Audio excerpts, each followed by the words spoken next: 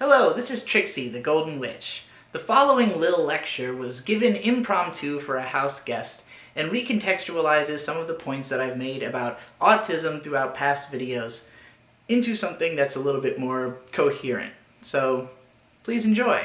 And also just that there's no such thing really as neurotypical, only what I'm going to call the neuro bell curve.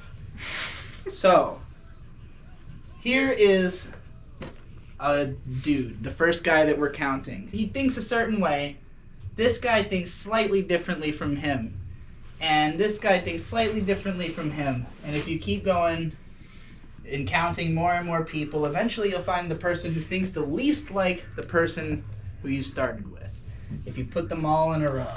A lot of people, like, who are in this zone, God, I wish this was a mint right now. they think like fairly similarly, and there's a lot of them, and they're really good at doing factory work. So a lot of society starts to structure itself around pleasing these people because they're really important to society at a time when factory work is needed. These people are going to have the most buying power, so the most media is going to be targeted towards them. They're going to see more people who look like them on TV. They're going to have more opportunities than the average person. And for their children, their genes are more likely to propagate, all because at this point in history, this was a very valuable type of person. This, at any given time, is what people are going to call neurotypical because it's the thing that they are the most familiar with. However, there's all these people over here, there's just as many in this category as are in that category, who are just close enough to this that they can kind of fake being one of these people or approximate them, and they can kind of fit into society. They're not going to do as well as these people are. They just are forcing themselves into being this kind of person. Then you got people over here who are so different from these people that they have no fucking idea how to do anything these people can do.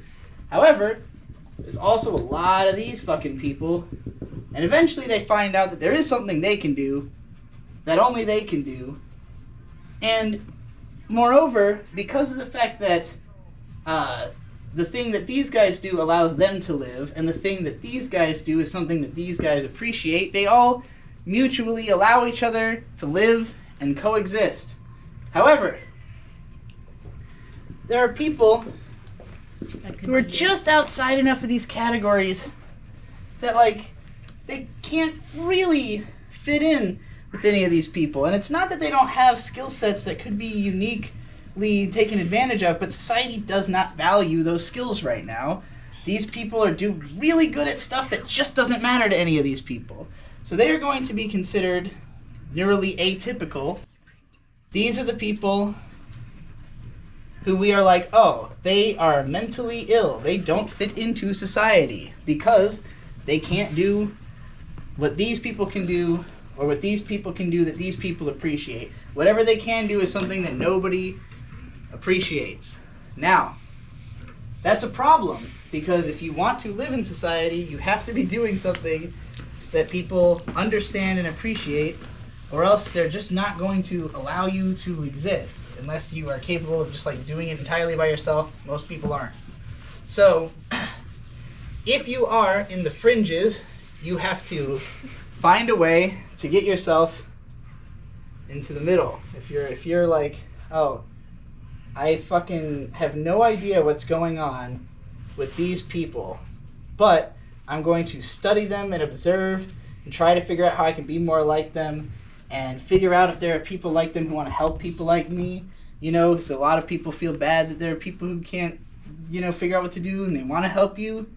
But like, if you can't ever get help, then yeah, you're going to end up like a homeless schizophrenic or something, like some mentally ill person, as they say. But like, if you can fit in with these people, are you mentally ill if you are capable of fitting into society? I have contention with the idea that people who fall into like the neurally atypical categories are inherently ill if they can fit in. Like, if they can't, then we would say, well, like, they are circumstantially ill. Like, they circumstantially can't fit into this society. Mental illness, as they call it, is completely circumstantial. It's dependent on the idea that society doesn't have a place for you. There have been times throughout history where people who we would consider currently to be mentally ill, like, say, the people who were berserkers during the Viking times, like, they served a function. They were a respected class of society. They were considered fucking insane, you know? But, like, they wanted insane people, so that was okay. They weren't being treated for mental illness. They were being given drugs that made them lean in on their mental illness, in fact. Like, so, and even now I'm saying the phrase mental illness, but again, in context, it's not an illness. Everybody thinks it's totally rad that those people exist, you know? So, again, I think that there mental is... illness doesn't exist. Sounds like the audience is convinced, so I've done my job. Thanks for watching another Yig Studio movie. Our crew is always on the go, so we're always leading up to some kind of event.